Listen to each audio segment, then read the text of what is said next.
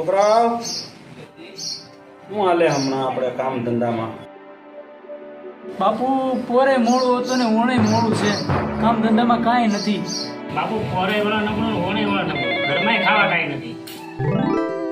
બાપુ મારા દાંત દુખે, હરહે નબળું અને ઘરમાં એક રૂપિયો નથી. આમનો મરજ આહે તો કેમ કરશું? હવે તારા દાંત દુખે ને તો આપણે દેશી ઉપચાર છે. ગાયનું ગૌમૂત્ર આવે ને એને તું અહીંયા દાંતમાં રેડી દે, આમ કરીને ઠલવી દેવાનું અને ઘડીક એમાં ને એમાં રહેવા દેવાનું. પીવાઈ જાય તો કાંઈ એમાં કાંઈ તકલીફ વાળી વાત નથી. પછી થોડીક વાર 10-15 મિનિટ રાખી પછી પાણીના પોગળા કરીને દાંત તારા થઈ જાય.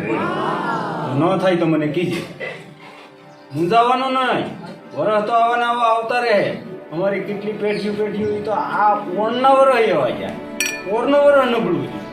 થોડો આમ ને આમ કાયમ હાલ્યા કરે છે. ભલે ને ઘરનું બધું વેસાઈ ગયું, હું કામ દીકરો મૂંઝાવ? તમે મારા 5 દીકરા છે, મૂંઝાવાનું નહીં. આપણે તો ઘરના ઘરેણાય વેચી નાખ્યા, ઘરમાં રૂપિયો નથી. હવે ખાવું હું? આ આપણો કાળિયો છે ને એને હવે વેચી નાખવો અમારે. બાપુ કાળિયો તો મારો જીવ છે. બાપુ કાળિયાને વેચવાનો નથી. બાપુ અમે પાછી વાયુ જઈને લૂંટ કરીએ. હા બાપા દીકરા, આપણી નાતમાં આપણું મોટું નામ છે. હું તમને લૂંટફાટ કરવા નહીં દઉં. આપણા કાળિયાને વેચી નાખ્યું ને આપણું ગુજારણ ચલાવીશું. તો ઠીક છે, વેચી નાખો. બીજું કરશું હું?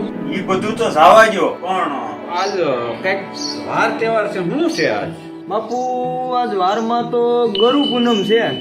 તો પછી ઘેર હું બેઠા હોય, ધંધા રોટીના કાંઈક તો કરો, સત્સંગ કરો. ઓલા વઘડભાઈ ને ત્યાં ભજન છે આજ રાતે, હું સાંભળ્યું. જાઓ ત્યાં જઈને ભજન કરો. પેલા જેવું છે.